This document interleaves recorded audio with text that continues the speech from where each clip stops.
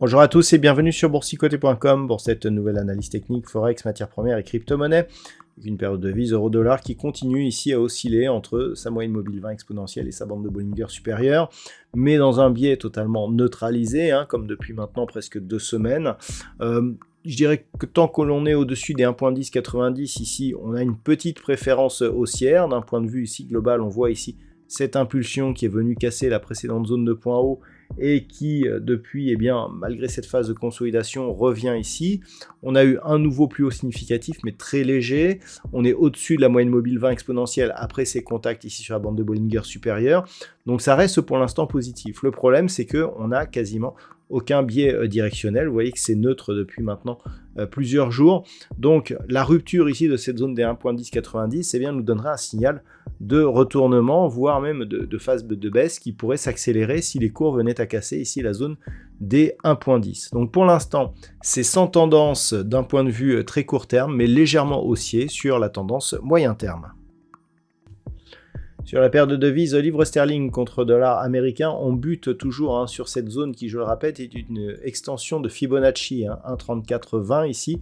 On voit que par rapport à la phase de consolidation, on est tout juste venu ici chercher cette zone d'extension et que l'on se stabilise juste en dessous. Donc qu'est-ce que cela veut dire? Cela veut dire que nous sommes ici sur une phase très technique puisqu'on vient chercher une extension et que pour l'instant, on se confirme la dynamique haussière qui est en place depuis cette impulsion ici qui était venue chercher 1.3270. Tant que les cours restent ici au-delà de cette zone, on peut effectivement anticiper une cassure donc de cette zone qui se situe sur 1.3420 avec un prochain objectif qui est lié à une précédente zone horizontale qui se situe à 1.3645. Le niveau de retournement se ferait effectivement sur une rupture baissière de cette zone des 1.3270.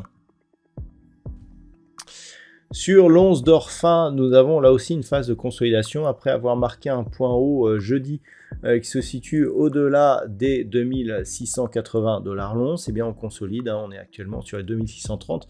Alors grossièrement, depuis cette rupture ici de la zone des 2478 $ l'once, on est vraiment dans une dynamique d'accélération. La phase de consolidation actuelle ne remet absolument pas la dynamique en cours.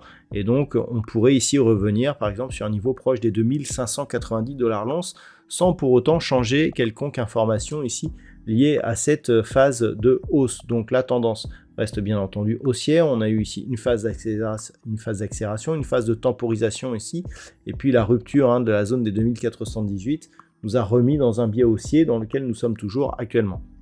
Donc par rapport à la phase de consolidation actuelle, et malgré donc ce que disent les indicateurs, où nous avons un vrai signal de consolidation, on peut effectivement redescendre, mais le fond de la tendance, tant que nous sommes au-dessus de la moyenne mobile 20 exponentielle ici, reste bien entendu à la hausse.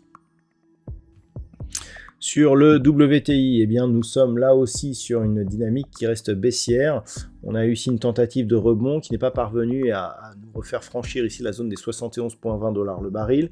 On revient ici sur le support des 67,50 et on se stabilise. Donc grossièrement, ça reste baissier. Si cette zone venait à céder, on aurait comme objectif un retour ici sur cette zone intermédiaire et théâtre ici du point bas significatif proche des 64,50 $ le baril. Mais l'objectif serait ici un retour possible sur la zone des 62 $ le baril. Donc nous avons actuellement une succession de points hauts qui sont toujours baissiers. On le voit très bien ici sur cette phase. Donc point haut ici, ici, ici et ici. Donc la tendance reste baissière. On a aussi des nouveaux points bas. Et par rapport à cela, c'est la rupture de cette zone ici, donc proche des 64,50, qui nous donnerait le signal de continuité de cette tendance baissière. Donc dans l'incapacité ici de casser un précédent point haut significatif, la tendance reste négative. Et enfin, au niveau du Bitcoin, on est là aussi sur un mouvement de retournement. On avait une petite hausse ici qui nous avait rapproché de la fameuse zone des 67 100 $ pour un Bitcoin. On reste dans un flux haussier. Après un contact ici sur la bolle supérieure, on est toujours au-dessus de la moyenne mobile 20 exponentielle. Au-dessus ici de la zone de support des 61 000 $ l'once. Donc pour l'instant, malgré cette phase de consolidation, la dynamique reste inchangée, d'autant plus qu'on a cassé ici cette zone de point haut significatif au profit d'un nouveau point haut. Donc pour l'instant, même si l'amplitude est faible, eh bien ça reste positif. Une cassure haussière ici des 67 100, eh bien pourrait provoquer une phase d'accélération donc sur cette crypto-monnaie. Donc malgré le manque de tendance actuellement, on voit tout de même que l'on est revenu ici et que l'on a cassé la précédente zone de point haut significatif qui n'a donc pas agi comme niveau de support. On reste tout de même sur un petit flux haussier qu'il faudra confirmer donc cette semaine. Attention, une rupture des 61 000 eh bien, viendrait remettre en cause ce scénario positif.